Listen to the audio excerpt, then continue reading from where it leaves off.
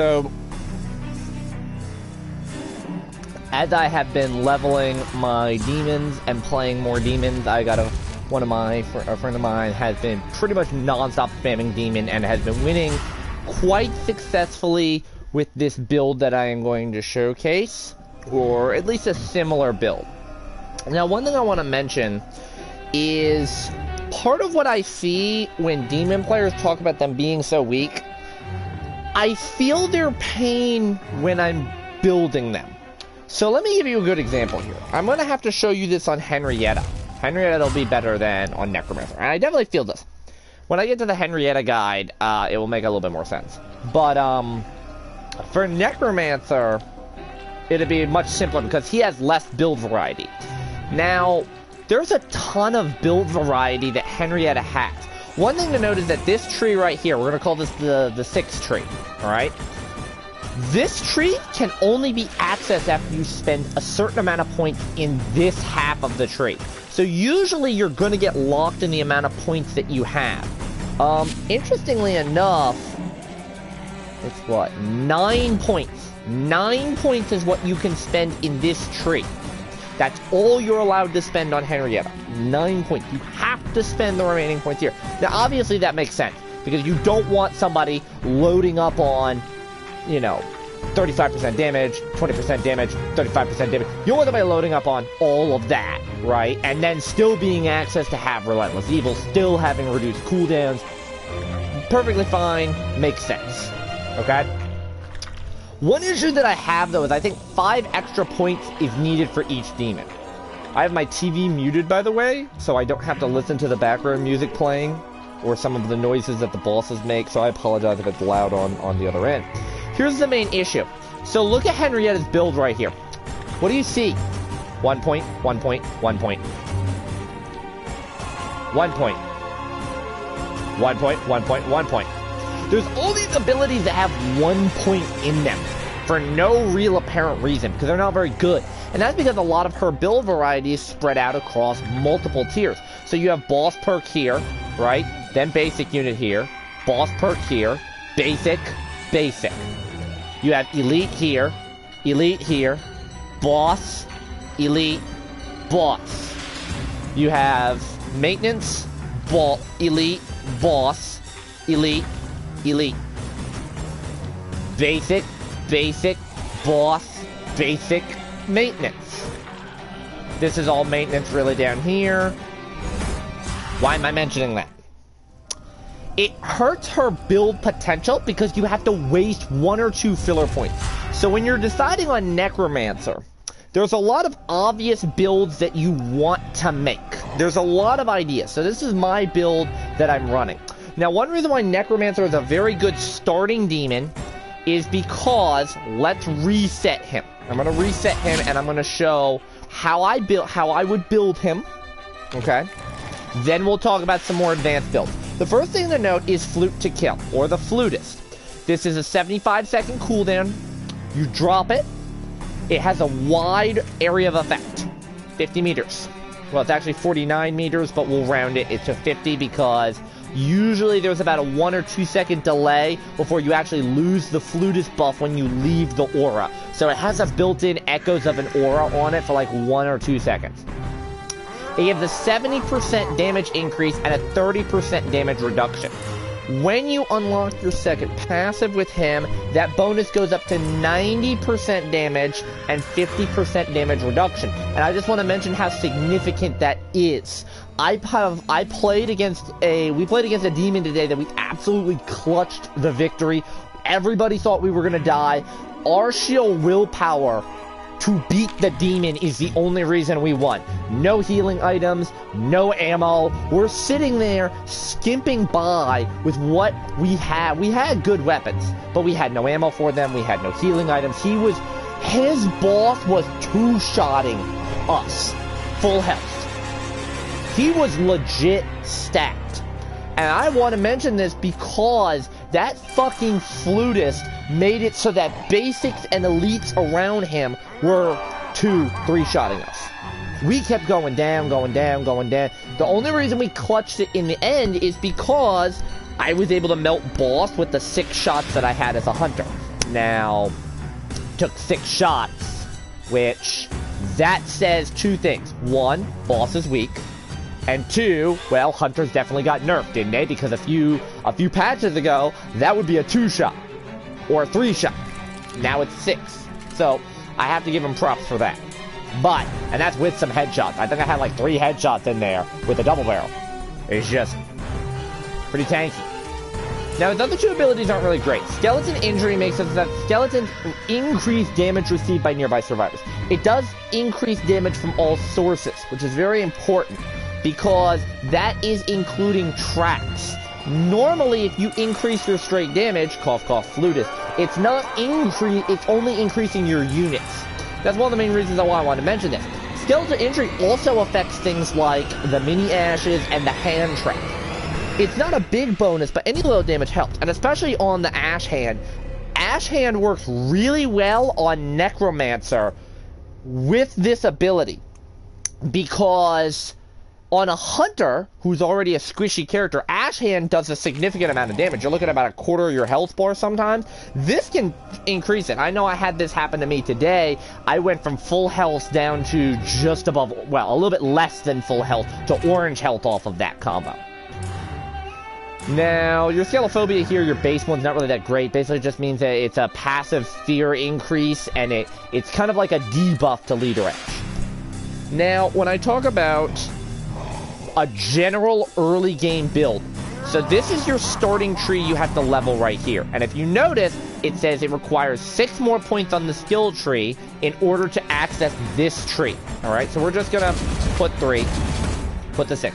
So now you're on this tree right here. It's going to take another 6 points to move on. Okay?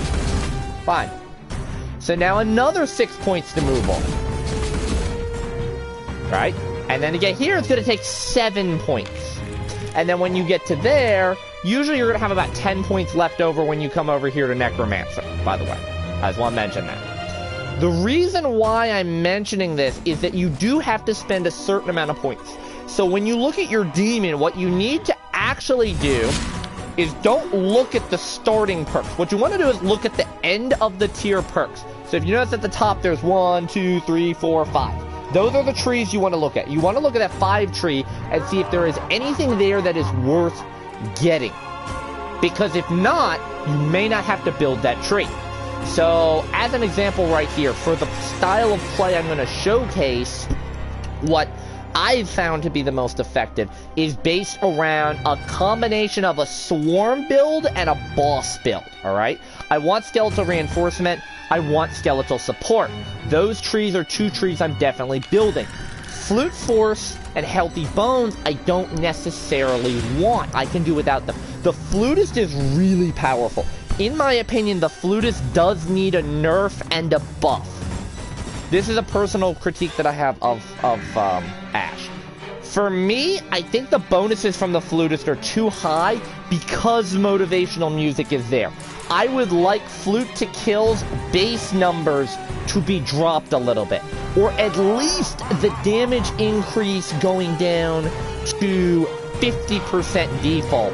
So that with motivational music, it goes up to 70% damage increase and a 50% damage reduction. Although that damage reduction is relatively significant if you are not playing a warrior or a hunter. If you're playing a class that's not dealing bonus damage, you're gonna feel that damage reduction. It is gonna be impossible. You're gonna be F-chaining a lot.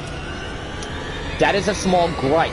That being said, the flute radius is fucking massive. Another critique you could do to this would be to have Flute Force be, say, a 3-tiered ability as opposed to a 1-tiered ability. That is something I will say with some of these abilities. I think every single 2-tier or 1-tier ability in the game could be made a 3-tier. That is my personal opinion. I think that every demon, like Survivor, should have a 3 or a 4-tier abilities. They shouldn't have the 1-tiers. Now, part where I say I need 5 extra points, I want each demon to get up to 50 is a personal critique. This could be a prestige thing as well, if this is coming, where every time you prestige a demon, you get a certain amount of, Like, you could call them prestige points, where every time you prestige, you get 1 or 2 points. So let's say you have a prestige cap of 10, right? If your prestige cap is 10, then that means you could maybe get to level 55. But every time you prestige, you have to reset. You get to keep your passives. I would let you keep the passives. I don't know if you entirely reset the passives, but I think all your passives are it. But in terms of your build here, you have to reset it. You have to start from scratch every single time. And those bonus prestige points cannot be assigned until you hit max level again. So let's say I were to prestige right now as a necromancer. So I'd be going from 45 down to 1, and I'd have a bonus prestige point that would maybe appear in the corner. I could not spend that until I hit 45 again. So I could put a 46 point in at that point. But so that's your first thing that you need to decide. Don't even look at this tree, honestly. Don't even look at this tree. Especially early game. Early game, if you're planning on playing, you want to ignore this because there's no way you can do it. What you do want to do is you want to work around, especially if you're early, if you're below level 15. The way I would cap it is you have a level 15, a level 30, and a level 45.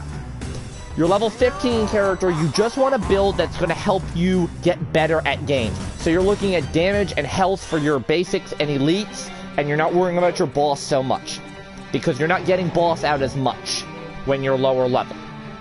Let's be realistic.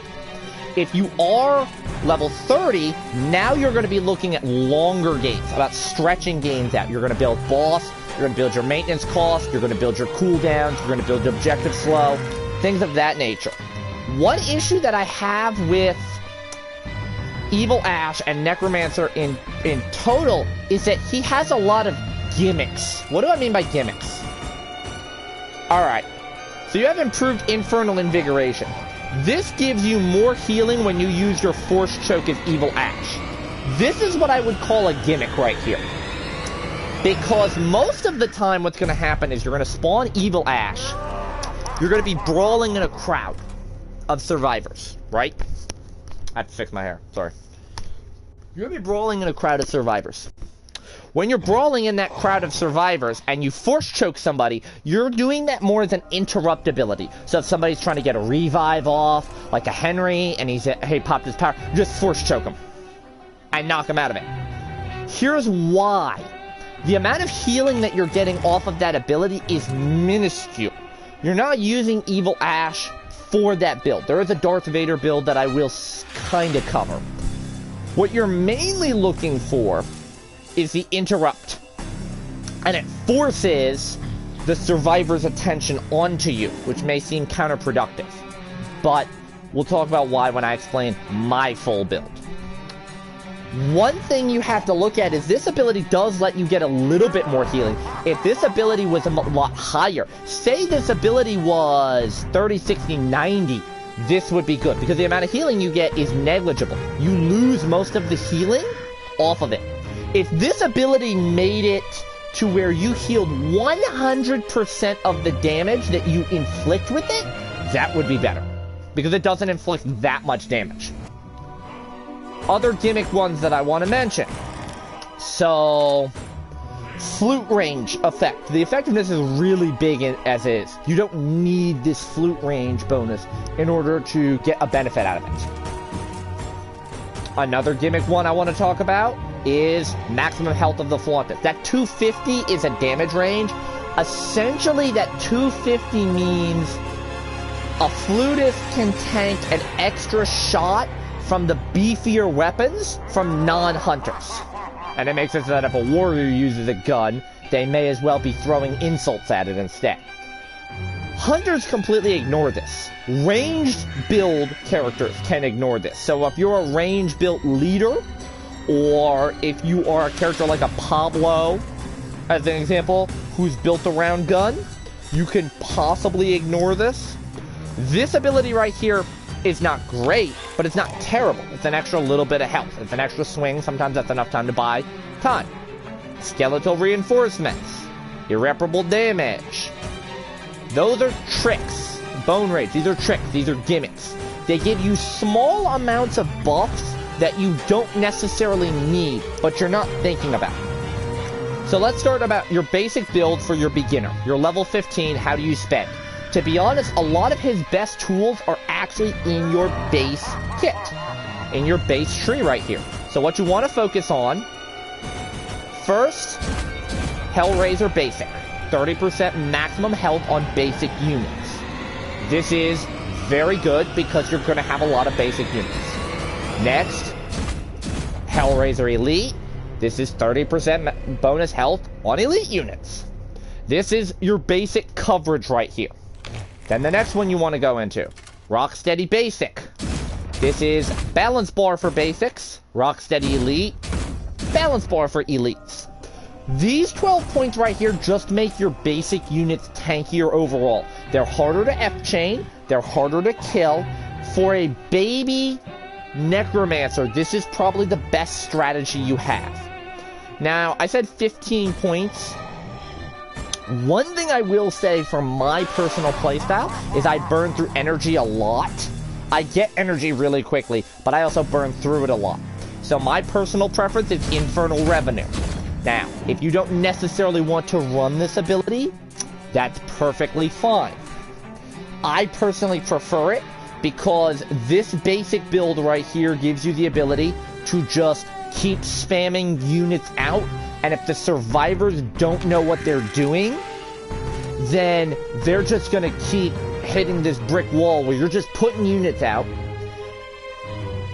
and just going at them. You're brawling a little bit. That's your basic baby build. Now we're gonna specialize a bit more. So I'll take these points off right here. They're not necessary. So let's talk about what you want to build to.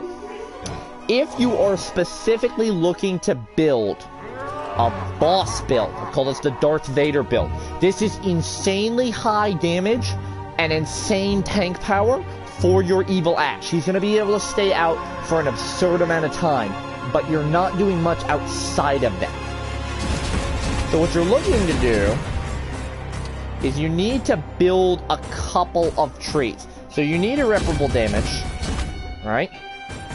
You know you need Health Razor, right? We don't want that because that's really about summoning. I would say you want that. You want the Force Choke. You want Portal Authority here, because Portal Authority is going to reduce the cost on boss, right? Then you get access to the rest of your tree. So you need 1 point in heavy damage basic. You need 1 more point in the tree in order to get access to that. So you just got to pick something. So I'm going to pick basic here, right? 3 points into heavy damage boss. You put a point here. That point's probably wasted. So you might want to put that point there. You got 1 point left over that you could kind of just yeet anywhere. Which, in my opinion, if in this build right here, if I'm yeeting a point in somewhere, I'm going to put it here. So this is your Darth Vader build. You notice I'm really glossing over, because most of these are filler points. Mostly what you're looking for is Portal Authority boss. This is going to drop the amount of energy that is needed to summon a boss. Infernal Invigoration for the sucky suck on your health. You're looking for the Health Razor boss. This makes you impossible to kill. Rocksteady boss, another way to make you impossible to kill. Irreparable damage, so they can't heal you. And then you're just straight looking to buff your damage. This is a build where you're dropping boss, and you're kind of going aggro. I'm taking a screenshot. That's what that was. Alright? Now, this is one issue that he has. So the other build is a summoning build on him. Alright? That's the build I personally run. So there is a straight summon build, if you will. So you can do a couple of things around the summoning. If you want to do a spam summon, you can do a build that kind of ignores boss entirely, which I don't necessarily recommend.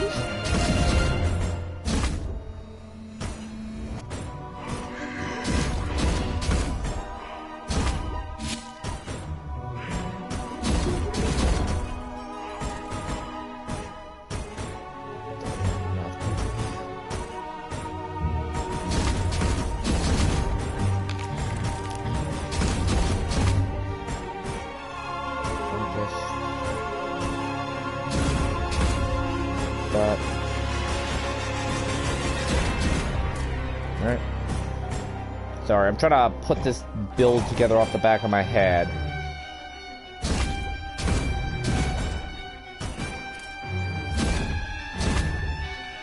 Bam.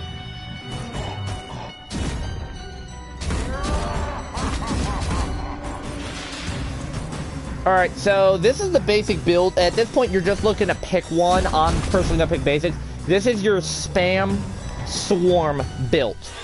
Right here. This is strictly no boss.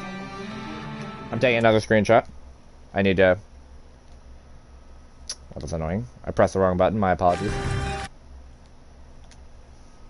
This is specifically spam swarm. This is you're looking to get out basics, elites, ignore boss. So, your health, you want your health, you want your balance bar, you want your energy. What are the other key components I picked? So, test of time doesn't seem like something you want. It is something you want. What you're looking to do with this is you're looking to make it so that the objective stays up longer. You're in the objective, whether you're spirit form or whether you're possessed form. If you're in the objective, it takes longer for it to end. There's a lot of clutch situations as a necromancer, as a demon in general, where the survivors are just trying to outlast you until the page or the dagger pops, and then they exorcise you away so they can get everybody back up. They can just... There's a lot of scenarios where we're like, hey, look, just stay in the circle and tank 1 or 2 more hits, and we pop objective, and we can reset a little bit, regroup a little bit. Especially if you have 2 to 3 people down, 2 to 3 people dead, or just no healing items and no ammo. This is really good for that. So this is something you have to build towards. Otherwise, you could really just skip this whole tree. Flute Force isn't necessary, but I need to spend 2 other points, so I'm going to drop it here. Now, I'm ignoring boss, so I don't need to build this at all. I don't need to build dash at all. Trident Missile is terrible. We'll talk about that when I cover Elite specific. It's absolutely terrible. There's no point in running it, so I would prefer to level these 2 strictly to make the Trident Smash a little bit better, because it's not a great ability, but it is pretty good. You know, you have Portal Authority Elite, which 20% Infernal Energy cost, drop on that, 25% drop on Basic. Those are really good abilities if you can put the points into. You notice how I'm not building around boss at all. So I'm not touching these, I'm not touching these, I'm not touching this. I did put the point in irreparable damage because that ability is just too good to pass up on. 4-second anti-heal anytime you hit a survivor with a heavy, a basic, or a force choke. That is too good to pass up on, because even though you're not using your boss a lot, if you do summon it, it's there. You want your damage on your basics and your elites, because that's a flat bonus, and you're swarming the field with them. And then the other points being in Gates of Hell, you could go for elites if you want to. Your main point is to be able to get points out faster. Now, obviously, if you want to take these 3 points away right here, you could maybe build into the boss a little bit more. Now, there's no real way to specifically buff basic units, right? Your Spam Swarm build is your basic unit build. The only ability is Louder Warcry, which is a 25% improvement on Warcry's AoE. That's when the basic unit slams the ground and there's a little shockwave. If this increased the damage of that ability, I would appreciate that more than the area of effect. The area of effect to me is fine. You don't really need to buff it. So last up we have the Elite build that we're going to cover before we go into the Summoner build for Evil Ash. So, obviously, you want the abilities that are tied to the Elite. Now, Elites are very slow. They hit very hard. But they're also very easy to stun because of how big their attack animation swings are. You can easily sidestep their heavy swings, which deal the most damage. So it's very important to understand if you are making an Elite build, you need to get good with him. So, obviously, you want the Trident abilities maxed out for Trident Smash. That's your little charge, and then you slam the ground and do this AoE. So, more damage, more radius is always good. You don't want missile throw. This is a curse. Ignore this. This is not very good. So because of the build that you have access to now you can actually look to build into more of a gimmick strategy. So obviously you want the elite portal right here. So you're going to max Infernal Revenue, you're going to max Portal Authority. I don't know if you want Infernal Refill. I personally wouldn't, but you could for the maintenance on it. You want Test of Time, so you have your points right there. I don't know if you necessarily want Flute Force, if that's the case. If you're going strictly elite build, you don't really need it. Same thing is, you don't really need anything in this tree. I will say you do need some stuff in this tree. You do need Bone Rage. This is just 10% attack faster. You do need irreparable damage. This is just the anti-heal. You may as well take skeleton reinforcements. There is a bug on this where it has a chance that the bonus skeleton that you spawn is an elite. So that's the reason why I'm taking it. So what else am I taking here? Well, I may as well buff basic units a little bit. So bonus health on the basics and the bonus balance bar on the basics. Now, in order to get access to these, I need 5 more points in the skill tree. So come back stronger could be good if you use the boss because it does buff up your elites, but it's not necessarily a big enough buff to warrant it. I'm really just going to put it there and take so I can get access to Flute Force. And then with the remaining points that you have left, you can kind of do with them what you will, whatever boss specific ability you think you need. I would maybe put your points into Infernal Refill. You only need 1 more point in the skill tree to get access to something. So realistically, you just pick whatever you want to put a point into. I mean, there's not really a lot besides maybe Demonic Dash if you want energy, or another point in Come Back Stronger could be good. I'll put it there just for right now. Then here, you have your 3 points in Elite. You have your 3 points in the Gates of Hell. And then one trick I would say that you maybe want to do is try and get Relentless Evil, because Flutist can be more of a distraction than anything else for you. You don't necessarily need to max it here. This is your elite build. If you're specifically looking for elites. And the last build that we're going to cover is your basic Swarm Summon build, which is going to be based around Evil Ash. Now, how I play Evil Ash, if you do want to look at your basics lunging thrust isn't great. It misses more often than not. The AI is going to hit it more than you'll hit it. Warcry is something good to cancel into, mostly because it's just a stun effect. It forces survivors to dodge or get hit by the stun, which leaves them open to free hits and a stun lock combat. So your Warcry becomes something that survivors need to dodge to avoid. On your elites, you have the Toss. Deals good damage, but you're not hitting it. You have the Trident Smash, which is a good damage-based ability, but is relatively hard to hit, especially if you're controlling it, in my opinion. I think the AI is better at it. But the thing on Boss is Boss has 2 really good abilities. Skeleton Resurrection, Skeletal Support. We're not going to talk about Force Choke, we're not going to talk about his damage. Skeleton Resurrection and Skeleton Summon. Basically, Skeleton Summon is he just summons a couple of skeletons out of the ground. Long cooldown, you're not getting it off very often. Skeletal Resurrection creates an aura around him, where any skeletons that die in his radius, regardless of how you kill them, get auto-res. The only time they don't auto-res is the completion of an objective. If you get exorcised and yeeted across the map, all your skeletons do too, fuck your aura. So, it's important to note that on the survivor's end, Evil Ash will be depossessed before the rest of the demons are exorcised around you. That's just an animation cancel. So we're going to talk about the core parts of the build. We've already talked about the elite health, elite balance bar. Basic health, basic balance bar. Alright? What we want to specifically do is build up Evil Ash's summoning tools, which I'll showcase in a sec. So we have 1 point in Demonic Dash, this is just a filler point. 1 point into Bone Rage. This makes your basic units a lot more formidable. Okay. Next up, 1 point into Portal Authority Boss, which means we have to spend a point in Infernal Revenue. Now, I'm trying to spend the least amount of points possible to show you where the decisions come in. Infernal Refill, 1 filler point on that ability. This entire tree right here is filler abilities, because we want that. Next up, Louder War Cry, 1 point, filler. Test of Time, again, really good.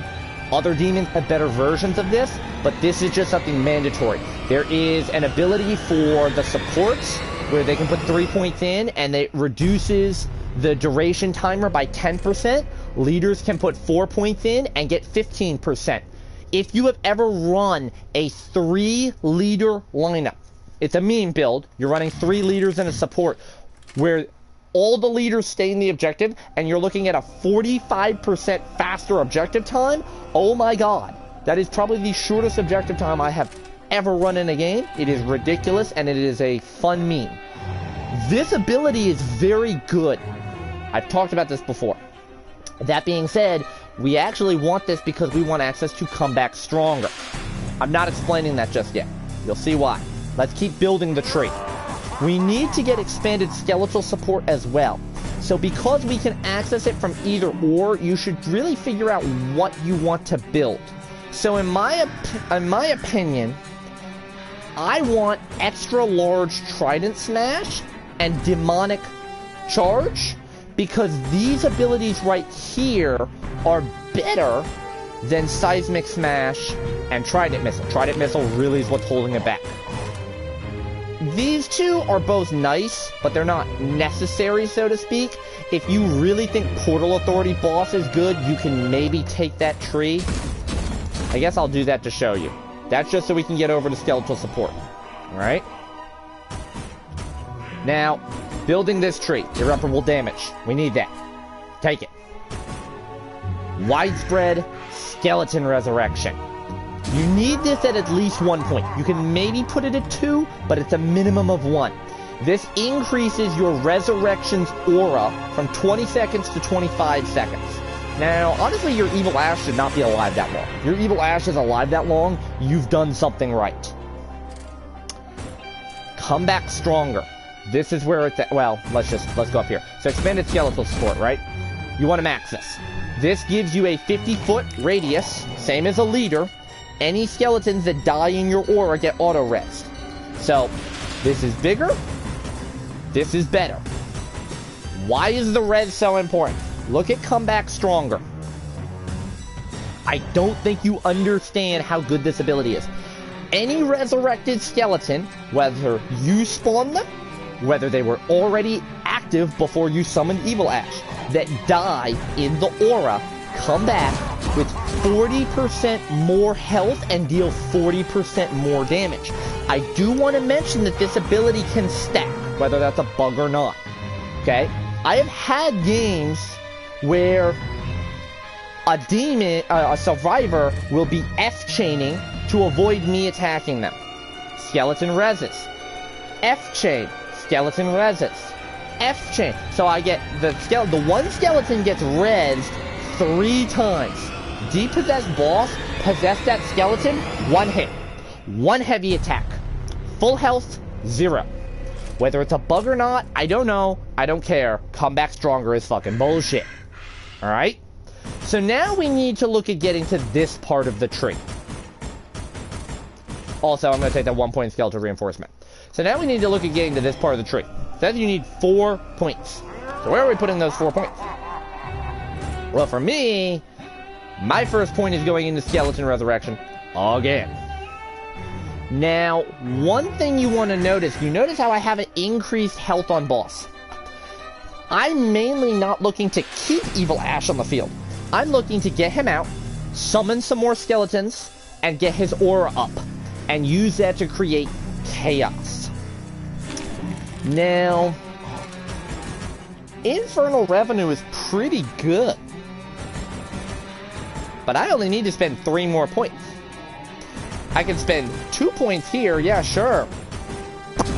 Why did I spend 2 points here, and now my boss costs even less energy? So that's more energy I have to spend on portals before I summon the boss. And with the 1 remaining point, I can take Flute Force for the bonus. Now the tree is up. Now obviously, in my opinion, you could take away the 2 points here. You could go with the Infernal Revenue. You still have that flexible point that you can kind of put wherever you want to put. Again, there's not really a lot of great options. And even if I'm taking these points away, just to showcase, I'm only going to be able to put 1 point into the boss health. That's not worth it for me. And you could say, well, you can put 3 points in the balance bar. I'd still have to put... That could work if I put the 3 points in the balance bar. But again, that's not helping me keep my boss out longer. It's just keeping him from being stunned longer. Personally, I want something like this. So either the Portal Authority or the Infernal Revenue for the 2 points, depending on what you need. So now this is the controversial one. So I'm ignoring this tree, the cooldowns. Your cooldowns will get reduced as you level up the individual pink F trees. So don't forget about those. So this is the tree you want, and this is the tree you want. The damage, or these. Now here's one thing. Speed Summoner is terrible. Don't let people fool you. This ability sucks doo-doo. Why does it suck doo-doo? Because 10% cooldown reduction for 2 points on an ability you're only going to activate 1 time is not worth it. What you do want to do is buff bones, so the skeletons that you summon are stronger.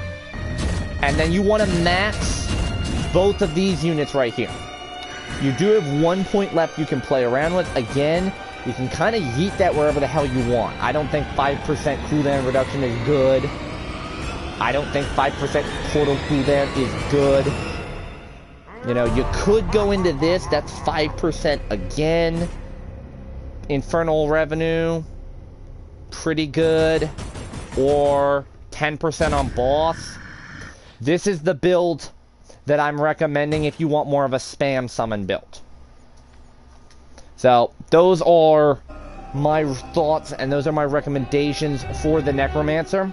The Necromancer's intended play style, by the way, is going to be based around trying to get as many units on the field as possible, and putting survivors in situations where they have to F-chain in order to avoid dying. Give demon players 5 more